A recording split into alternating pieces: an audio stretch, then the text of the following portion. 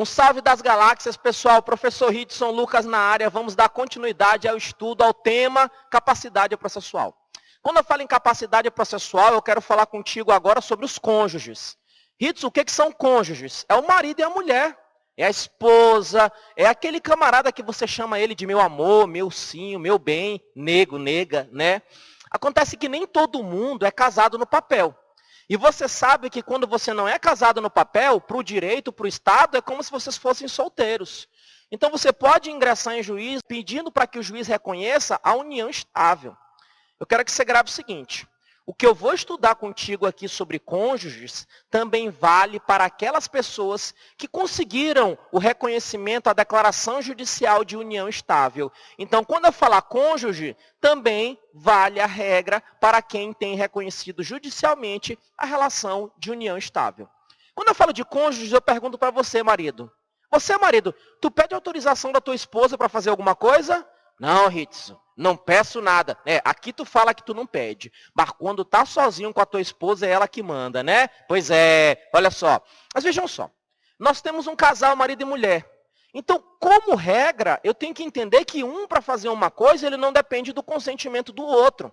Do mesmo jeito no processo civil. No processo civil, para você propor uma ação, qual que é a regra? Para você propor uma ação, a regra é que os cônjuges não necessitam do consentimento. Ou seja, um cônjuge não necessita do consentimento do outro. O marido, para propor uma ação judicialmente, ele não necessita do consentimento da esposa. A esposa, para propor uma ação judicialmente, ela não necessita do consentimento do marido. Essa é a regra. Agora, quem propõe a ação é o autor. Quem entra com a ação é o autor. Então, o marido, para ser autor, não depende do consentimento da mulher. Cuidado que essa regra não é absoluta. E ela tem exceção. Como assim, Ridson? Existe um caso em que o marido, para propor a ação, depende do consentimento da esposa. Existe um caso em que a esposa, para propor a ação, depende do consentimento do marido. Pessoal, já ouviu naquele ditado, já ouviu falar naquele ditado que quem casa quer casa? Qual é o principal patrimônio da família? É a casa, é o imóvel. Por conta disso, eu quero que você fique isso na cabeça para você memorizar. A regra é que um cônjuge não necessita do consentimento do outro para a propor ação, salvo quando essa ação versar sobre DRI, direitos reais imobiliários. Se for uma ação que verse sobre direitos reais imobiliários, um cônjuge vai precisar do consentimento do outro para propor as ações. Agora vejam só. Em toda e qualquer ação que envolve direito real imobiliário, precisa desse consentimento? Não. Eu tenho uma exceção. E qual é essa exceção? É um tipo de regime de casamento. E para não ficar muito enrolando, para não entrar lá dentro, lá de direito civil, que não nos interessa aqui, eu quero que você grave o seguinte. Quem casa sabe. Como assim, Ritson? Quem casa sabe. Quem casa sabe. Casa sabe é casamento pela separação absoluta de bens. Preciso que você grave que, regra, um cônjuge necessita do consentimento do outro para propor ação? Não precisa. Salvo DRI. O que é DRI? Direito Real Imobiliário. Sempre que tiver direito real imobiliário, há necessidade desse consentimento? Não. Existe um regime de casamento que você não precisa disso, que é quem casa sabe. Casamento de quem sabe. Com S, separação. A, absoluta. B, bens. Fechou até aí? Então eu já sei a situação que um cônjuge não necessita do consentimento do outro para propor ação, salvo que nós já estudamos. Só que o código vai além. O código fala que esses mesmos cônjuges, em algumas situações, serão necessariamente citados. O código diz que, em alguns casos, ambos os cônjuges serão necessariamente citados. Olha a diferença.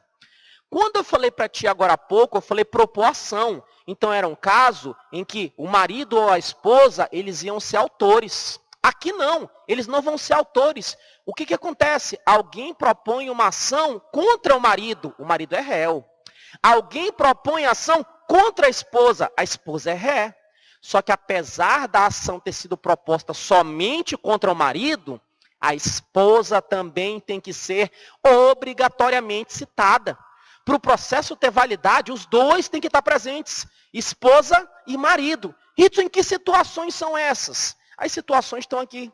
Primeira situação é quando tiver DRI. Velho, falou imóveis, os dois têm que estar na parada. Quando tiver direito real imobiliário, o que vai acontecer? Não é o principal bem do casal? Se a esposa for citada, o marido também tem que ser citado. Se o marido for citado, a esposa também. Agora eu quero te perguntar e eu quero ver se você está ligado. Todo DRI tem que citar o outro cônjuge? Não, Ritson, não é todo DRI, não. Tem um regime que não precisa. Isso. Qual é o regime que não precisa? É o casamento de quem sabe. O que é sabe? Separação absoluta de bens. Fechou até aí? Então eu sei. Então falou imóveis, direito real imobiliário. Ou então ônus sobre os imóveis de um ou de ambos os cônjuges, ambos têm que ser citados, os dois. Falou de imóveis, você grava isso. Só que eu tenho outros dois casos. Ambos os cônjuges também terão que ser necessariamente citados quando um deles contrai uma dívida a bem da família. Isso como assim? É quando o marido vai lá e compra algo. É quando o marido vai lá e se responsabiliza por algo, só que o benefício disso que ele trouxe para dentro de casa não é só para ele, é para a esposa também, é para a família também. Agora vejam só, pô, eu estou contraindo uma dívida, pô. Só que é só eu que estou me beneficiando dessa dívida? Não, é minha esposa também. Ah, velho, então, pô, por favor, esposa, chega junto, vem cá comigo, né? Porque não foi só eu que me beneficiei, ela também. Então é mais um caso em que ambos terão que ser necessariamente citados. E também quando for um ato por ambos praticados. Ritson, como assim? Chega marido e mulher. Eles chegam lá na Caixa Econômica e assinam um contrato. Velho, quem assinou o contrato foi sua esposa? Não. Foi só o marido? Não. Foi os dois. Então, se a Caixa Econômica entrar com uma ação somente contra um, o outro tem que ser citado. Porque ambos praticaram um ato. Então, lembra disso daí. São 4 casos em que ambos os cônjuges terão que ser necessariamente citados. Para ficar bem claro e você não confundir. Primeiro, eu disse para você que um cônjuge, como regra, precisa ou não precisa do outro. Precisa ou não precisa do consentimento para a propor ação. A regra é que não. Salvo DRI. O que é DRI? Direito real imobiliário. Sempre que eu tiver direito real imobiliário, sempre que eu tiver a necessidade de consentimento, não, Ritson. Tem um regime de casamento que não precisa, que é o SAB. S, separação, A, absoluta e bens. Só que tem 4 casos em que ambos os cônjuges terão que ser necessariamente citados. 2 deles envolvem imóveis, tranquilos. O terceiro, a dívida contraída por um, mas eu contraí essa dívida a bem da família. E o último caso, ato praticado por ambos os cônjuges. Fechou até aí, pessoal? Agora, olha só. Agora que eu gravei a primeira e a segunda situação, vamos falar da terceira, que são as ações possessórias. Ritson, que diabo que é ação possessória? Ó, eu não quero que tu fique estudando aqui interdito proibitório, esbulho, não viaja não, velho. Essa parada aqui não é direito civil, não. Isso aqui é direito processual civil. Vamos ser objetivo, velho. Então, vejam só. Quando eu falo ação possessória, eu vou te explicar de um jeito bem simples. Primeiro, cadê teu marido? É isso mesmo, cadê teu marido? Ai, Ritson, meu marido ele foi dar uma voltinha enquanto eu estou aqui assistindo a videoaula contigo. Tem certeza que ele foi dar uma voltinha? Rapaz, imagina que o teu marido foi passear num local chamado Sabrina's Night Club. Ritson, o que é Sabrina's Night Club? Não sei de nada. Mas imagina que o teu marido está lá agora no Sabrina's. E o teu marido corre um risco muito grande de lá no Sabrina's ele ser usado e gozado. Você pode perder provisoriamente o uso e o gozo do teu marido. Ritson, para com isso, eu não estou gostando, Ritson. Tá, uma hora dessa tu já está no WhatsApp. Cadê você, vagabundo, cachorro? Calma, porra. Presunção da inocência, cara. Não faça isso com seu marido. Presta atenção numa coisa. Se o teu marido for usado e gozado lá no Sabrina's, ele vai voltar para casa. Com certeza, velho. Agora me diz, enquanto ele estiver sendo usado e gozado, tu perdeu a propriedade dele? Não, Ritson. Eu ainda sou proprietário e vou dar uma taca nesse vagabundo. Pois é, tu não perdeu a propriedade. Provisoriamente é que a outra lá, a outra não, Ritson, a periguete. A outra, ela teve a posse do teu marido. Teu marido foi possuído, mas você que é a proprietária. Só estou te dizendo isso Para você ter em mente que aqui eu não estou falando de propriedade, eu estou falando do quê? De posse. E existem algumas ações judiciais que eu reivindico a posse. Eu perdi a posse, estou sendo perturbado na posse, eu entro. Eu não preciso saber aqui quais são essas ações. Eu preciso saber somente o seguinte. Existem situações em que eu tenho ações possessórias em que os dois têm que estar no processo.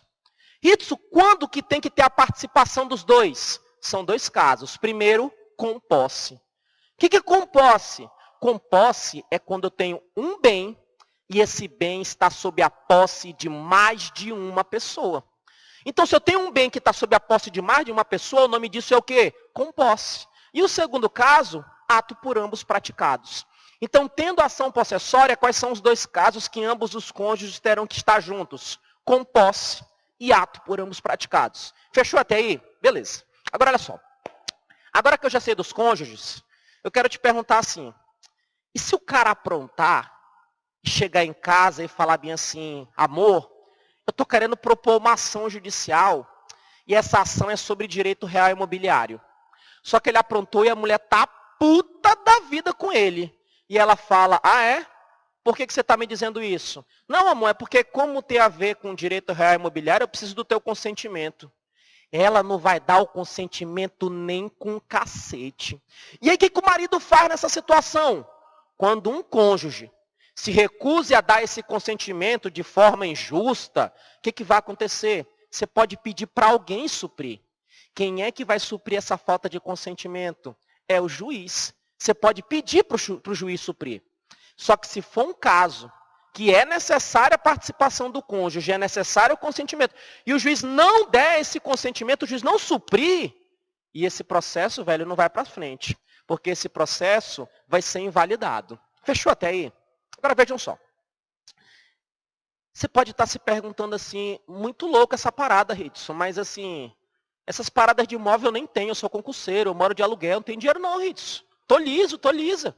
Ritson, eu vou no supermercado, Ritson, eu compro aquele iogurte de litro, assim, sabe? É o mais barato, Ritson. A minha situação tá feia, Ritson. Ritson, tá complicado, Ritson. Eu almoço pão, eu lancho pão, eu só como pão, Ritson. Sei. Só que como eu estou falando no supermercado, eu quero te perguntar, e se o teu pão estiver podre? Se o teu pão estiver estragado, e você comprar esse pão estragado, e esse pão te fazer mal, você pode botar o supermercado na justiça? Ah, Ritson, claro que eu posso. Só que o supermercado é uma pessoa jurídica. Eu quero te perguntar agora o seguinte, quem é que vai representar lá no processo em juízo esse supermercado, essa pessoa jurídica? Você tem que saber. O código nos diz o seguinte, o código nos diz que serão representados em juízo. Como assim representados? São pessoas que alguém vai ter que representar ela. Ativa. Por que ativa? Quando essas pessoas forem autoras. Ou passiva, quando essas pessoas forem réis. Ou seja, eu vou te falar de algumas pessoas e vou te dizer quem são os representantes delas. Tanto faz se elas são autoras ou se elas são réis. Então vem cá comigo. Quando você for fazer o seu concurso público, você tem que saber quem é que representa em juízo, ativa e passivamente, a União. Ritson, quem é que representa a União? Você tem que saber quem é que representa os municípios. Quem é, Ritson? Os estados, o Distrito Federal, as autarquias e as fundações públicas. Você tem que saber quem é que representa a massa falida, o espólio, o condomínio, a pessoa jurídica brasileira, a pessoa jurídica estrangeira e a sociedade sem personalidade jurídica ou então irregular. Ritson, que droga, eu tenho que saber tudo isso? Tem. Agora, olha só. Eu aconselho você, antes de assistir essa videoaula, você pegar e ler os artigos do CPC que eu deixei disponibilizado. Leia. E eu tenho certeza que quem leu isso daí já deve ter um surto psicótico, porque isso aqui não é fácil.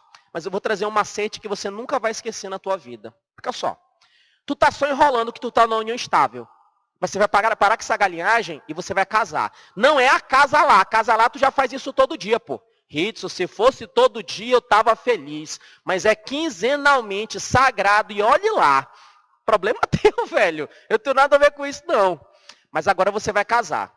Só que tu vai casar como manda a lei. E como é que manda a lei, Ritson? Casei. Casei no altar como manda a lei. E no casamento você tem que ter uma madrinha. Sabe quem vai ser a madrinha do teu casamento? Vai ser a Maju. Que aquela Maju lá do jornal, a mulher do tempo? Pois é, ela, pô. Aquela mulher, ela vai ser a tua madrinha. Ritz, o que tem a ver ela? Calma aí. Casei no altar como manda a lei. O nome da madrinha é Maju. Só que às vezes o casamento não dá certo. Tipo assim, a esposa ela fica cortando a tua liberdade, tu não consegue mais sair com os amigos, ela pega teu WhatsApp escondido e você cansou. Pessoal, não pode acabar com o casamento não. Tenta, mas tem situação que não dá. Ritz, o casamento não deu certo, o que eu fiz? Separo. Ritz, mas a mulher disse que não vai dar a separação, ela disse que não sai de casa. Ela falou que me capa, mas não separa. Vou te ensinar uma simpatia. Casou no altar como manda a lei, a madrinha foi Maju. Não deu certo? Primeira coisa que você faz, entre com habeas corpus. Não foi a tua liberdade de locomoção que foi violada? Entre com habeas corpus. Ritson, já entrei, não deu certo. Tá bom, vai na AGU. Ritson, eu fui e não deu certo. Então, a última coisa, vai no MPP, Ministério Público da Prostituição. Sai casquenga, mano. Se tu sair com as quengas e botar lá no Facebook, a tua mulher vai ficar irada porque a tua mulher se valoriza. E o vagabundo é você, velho. O que vai acontecer? Acabou o casamento. Ritson, tu fica falando de acabar o casamento, eu não gosto disso. É só um macete para você gravar. Casei como? No altar como manda a lei. Quem é o nome da tua madrinha? A Maju. Não deu certo o casamento, eu faço 3 coisas. Entro com um habeas corpus, vou na AGU. Se não der certo na AGU, eu vou no MPP, Ministério Público, né? É só uma brincadeira dessa paradinha. Agora vem cá comigo, vamos desmontar. O condomínio, você pode entrar com uma ação contra o condomínio, mas quem é que vai representar o condomínio em juízo? Tanto se o condomínio for autor, quanto se ele for réu. O condomínio é representado em juízo pelo seu administrador ou pelo síndico. Por isso que vem o CAS. O condomínio é representado pelo administrador ou síndico. O E é do espólio. O que é espólio, Ridson? Espólio, gente, é o conjunto de bens daquela pessoa que faleceu. O conjunto de bens daquela pessoa que faleceu, que ela deixou lá para a herança, eu dou o nome de espólio. E esse espólio é representado em juízo pelo inventariante. Ridson, por que altar? Autarquias. As autarquias e as fundações públicas são representadas por quem está na lei. E a Maju, Ridson? Maju. A massa falida é representada pelo seu administrador judicial. Ridson, até eu estou gostando. E o HC? A herança. Herança jacente ou vacante. Ridson, que parada é essa? Esse conceito é lá do direito civil, mas eu vou te explicar para você entender. Imagina que tu tem uma herança, um Fusca velho. E esse Fusca, ele está tipo assim, do outro lado do Brasil. O que ocorre? O Fusca está sem roda, está sem motor, está sem vidro, está sem radiador, está só a carcaça. E os moradores da rua estão bala, velho, eles querem tirar aquele Fusca. Acontece o seguinte, tu vai ter interesse de atravessar o Brasil em busca desse Fusca? Não. Então a herança vai ficar lá vagando, ninguém tem interesse, velho, então ninguém sabe quem que é o herdeiro. Só que essa herança precisa ser representada em juízo. E a herança jacente ou vacante é representada pelo seu curador. Agora vamos falar dos entes públicos, porque autarquia e fundação pública tu já sabe que é quem está na lei. AGU. Se tu errar, a AGU fica bala contigo. A AGU representa em juízo a união. Por que MPP? M de município. O município é representado por 2 pessoas. MPP. O município é representado pelo seu prefeito ou pelo seu procurador. Beleza? Ritmo, mas está faltando estado. Está faltando Distrito Federal. Olha, se a União é representada pela AGU de forma direta ou por órgão vinculado, conforme diz a Constituição, e também está no CPC. Se o município é representado pelo prefeito e procurador, os estados e Distrito Federal são representados pelos seus procuradores. Ridson, e supermercado? Cadê a pessoa jurídica? Eu deixei para falar dele separado. Chega aqui comigo. A pessoa jurídica, ela pode ser brasileira. Detalhe, o código não fala pessoa jurídica brasileira, ele só fala pessoa jurídica. Só que, em seguida, ele fala da estrangeira. Então, esse que não fala qual tipo de pessoa jurídica, é por conta da brasileira. A pessoa jurídica brasileira, aquela que está tudo legal, está tudo certinho, ela tem CNPJ, beleza. Quando tu cria uma empresa, tu tem que fazer os atos de constituição da empresa. Nesse ato de constituição da empresa, no contrato, seja lá o que for, você pode colocar o nome da pessoa que vai te representar em juízo. Então, quem é que representa a pessoa jurídica brasileira? É a pessoa que está escrita no ato constitutivo. Ritson, e se eu esquecer de colocar isso no meu documento? Se você esquecer, a empresa é representada pelo seu diretor. Então, lembra, a pessoa jurídica brasileira, ela é representada por quem está no seu ato constitutivo. Se o ato constitutivo nada falar, se ele não falar nada, pelo seu diretor. A pessoa jurídica estrangeira, ela pode ser representada pelo seu gerente, pelo seu representante ou pelo seu administrador. GRA, gerente, representante ou administrador de filial aberta, de sucursal aberta no Brasil. Isso até aí entendi. Pessoa jurídica brasileira e pessoa jurídica estrangeira. E o que é esse CNPJ? É aquela sociedade sem personalidade jurídica ou irregular. Como assim? Se você gostar de fruta, normalmente você pode comprar fruta no supermercado, mas tem gente que prefere comprar no sinal. Aí chega aquela pessoa trazendo fruta para te vender. Quanto é que é? Ela diz o preço e você vai e compra. Tu paga, em seguida peça para ele o CPF na nota. Coloca o CPF na nota para eu concorrer prêmios lá do meu estado. Ele vai te dar o CPF na nota? Não vai. Por que ele não vai? Porque ele não tem CNPJ, pô. Ele não está registrado. É uma sociedade sem personalidade jurídica. E aí? Se o cara não registrou, ele pode chegar em juízo e alegar, eu não tenho CNPJ, então não vou responder. Não, gente. A sociedade sem personalidade jurídica ou irregular, ela não pode opor em juízo, ela não pode se valer disso daqui. Não, ela responde sim. E quem é que representa ela, Ritson? O administrador dos bens. Não é o cara que está lá dando troco, aquele cara que você vê que é mais ou menos o chefe, é ele, é o administrador dos bens que vai representar. Fechou até aí, pessoal? Para finalizar, eu quero te lembrar do seguinte. A AGU representa a União. Beleza. O município é representado pelo prefeito ou pelo procurador. E o Estado, o Distrito Federal, é representado pelo seu procurador. Até aí está beleza. Não tem esses estados?